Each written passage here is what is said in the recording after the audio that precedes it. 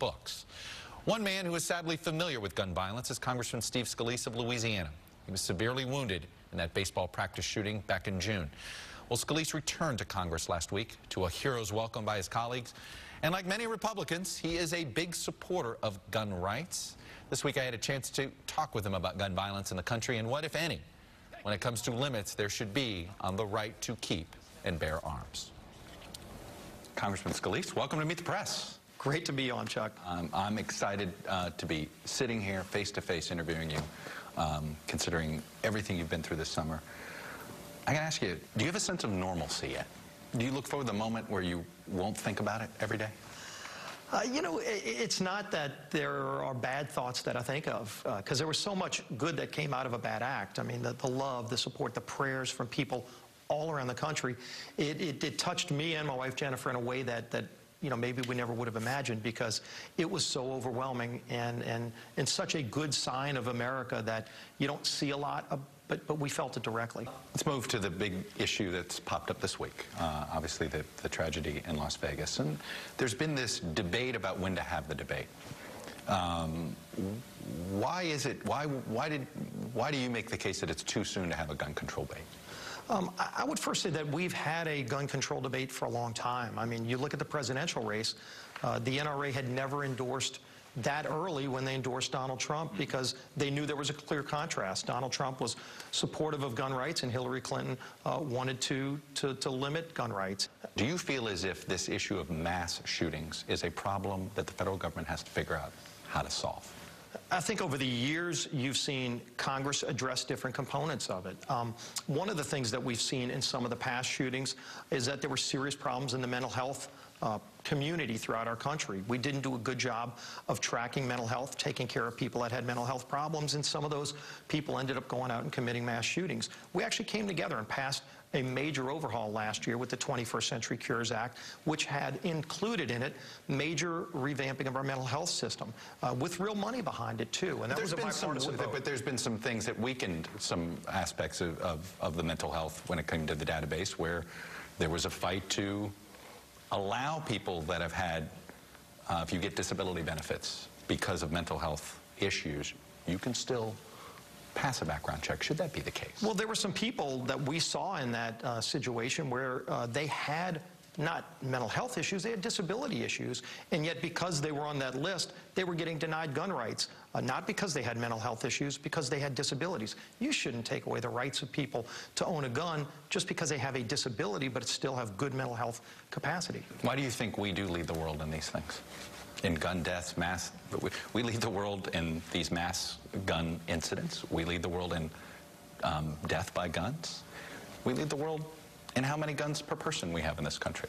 If you look at some of the places where you have bad gun violence, I mean, first of all, let's recognize the vast majority of gun violence and gun killings in this country are committed by people who broke the law to get the gun.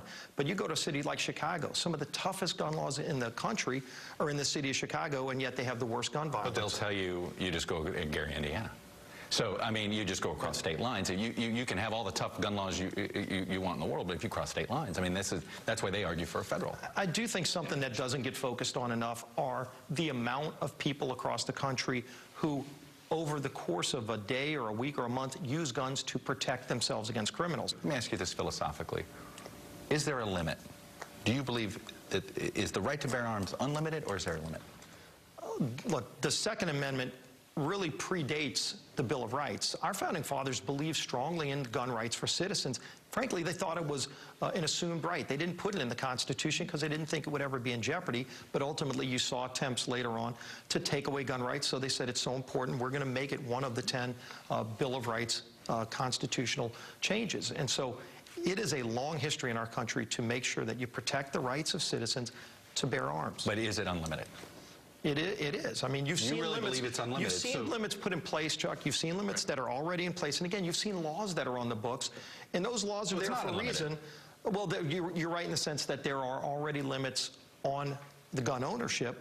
But frankly, let's go out and enforce those laws. Don't try to put new laws in place that don't fix these problems. They only make it harder for law-abiding citizens to own a gun. So you do agree there should be some limitations? Well, obviously, there are limits in law. But you said they're on in gun law. ownership. Would you have supported those limits at the time? Oh, I'm sure would have supported some of them, but probably might have opposed others. But in the end, you have laws that are on the books that aren't being enforced. Go out and focus on enforcing those laws. Do you agree with the automatic weapons ban? If you look at, again, some of the weapons that they included in there aren't really automatic weapons, but those laws are on the books too. And again, you haven't seen a decrease in gun violence with those laws on the books. So go and enforce the laws that are there. All right. What do you make of this bump stock, of this accessory that takes a semi-automatic weapon and turns it into virtually an automatic weapon? If you talked to anybody about a week ago, most people, including myself, didn't even know what a bump stock was. So me too. Now we're finding out about it. And right. again, there are people that want to rush to judgment. They've got a bill written already. And I mean, look, Minority Leader Nancy Pelosi already said she wants it to be a slippery slope. She doesn't want to stop at bump stocks.